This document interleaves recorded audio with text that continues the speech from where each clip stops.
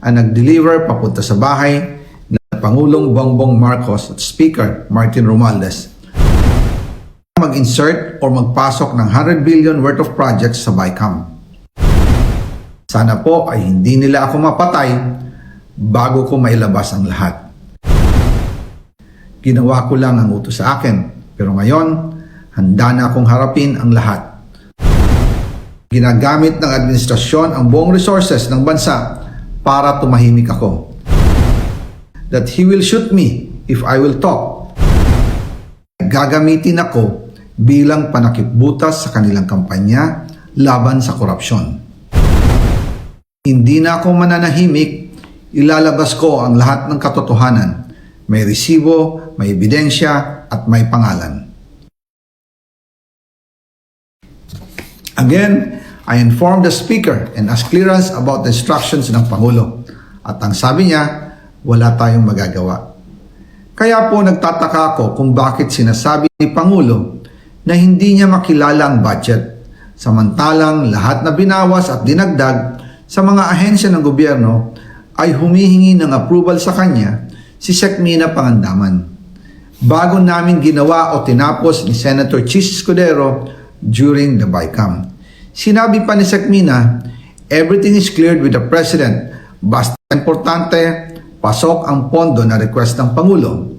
The following day, sinabi ni Sec. Mina, approve na si Presidente BBM sa lahat na binawasan na ahensya. Masaya na ang Pangulo dahil naipasok ang gusto niyang 100 billion insertion. Wala pong perang napunta sa akin. Lahat po ng insertion napunta sa ating Pangulo at Speaker Martin Romualdez. Ako lang at ang aking mga tao, sila Paul Estrada, Mark Tiksay, at ang aking mga security ang nag-deliver papunta sa bahay nila Pangulong Bongbong Marcos at Speaker Martin Romualdez sa North Forbes Park, South Forbes Park hanggang sa Malacanang. Yung mga deliveries po ay merong record ang aking mga tao. Totoo po yung sinasabi ni Orly Gutesa na nag-deliver siya sa Forbes Park.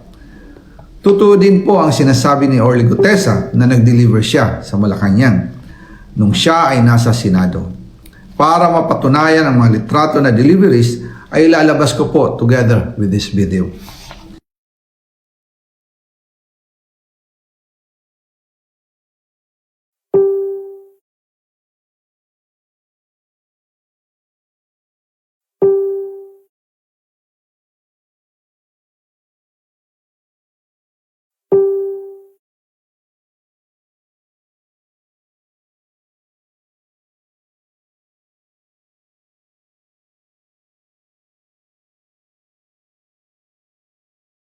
After po ng approval ng budget sa General Appropriations Act of 2025, nagtanong po ako sa DPWH kung magkano ang kailangan na ibigay sa Office of the President o ang SOP na bigayan.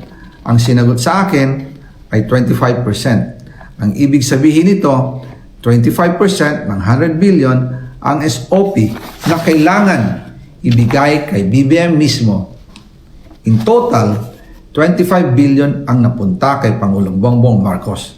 Kaya ngayon ay hinahamon ko si Ombudsman Remulla kung seryoso talaga siya sa mga sinasabi niya sa kanyang press release na idadamay niya pati si Martin Romualdez kung magbibigay ako ng ebidensya. Patunayan niya ngayon ang pronouncement niya. Imbestigahan niya ang fraternity Brad at ang kanyang kaibigan na si Speaker Martin Romualdez kung talagang tutupad siya sa tungkulin niya. Imbestigahan din niya si President Bongbong Marcos. Sabi nga ni BBM nung SONA, let's do it right at mahiya naman kayo, hindi po ba? Nananawagan din po ako sa Senado na imbestigahan ang 100 billion insertion ni Presidente. Alam ko po na hindi gagawin ni Ombudsman Remulla ang hamon ko. Pero magaling ang Senado sa imbestigasyon at ako ay naniniwala na dahil sa kanila, lalabas ang katotohanan.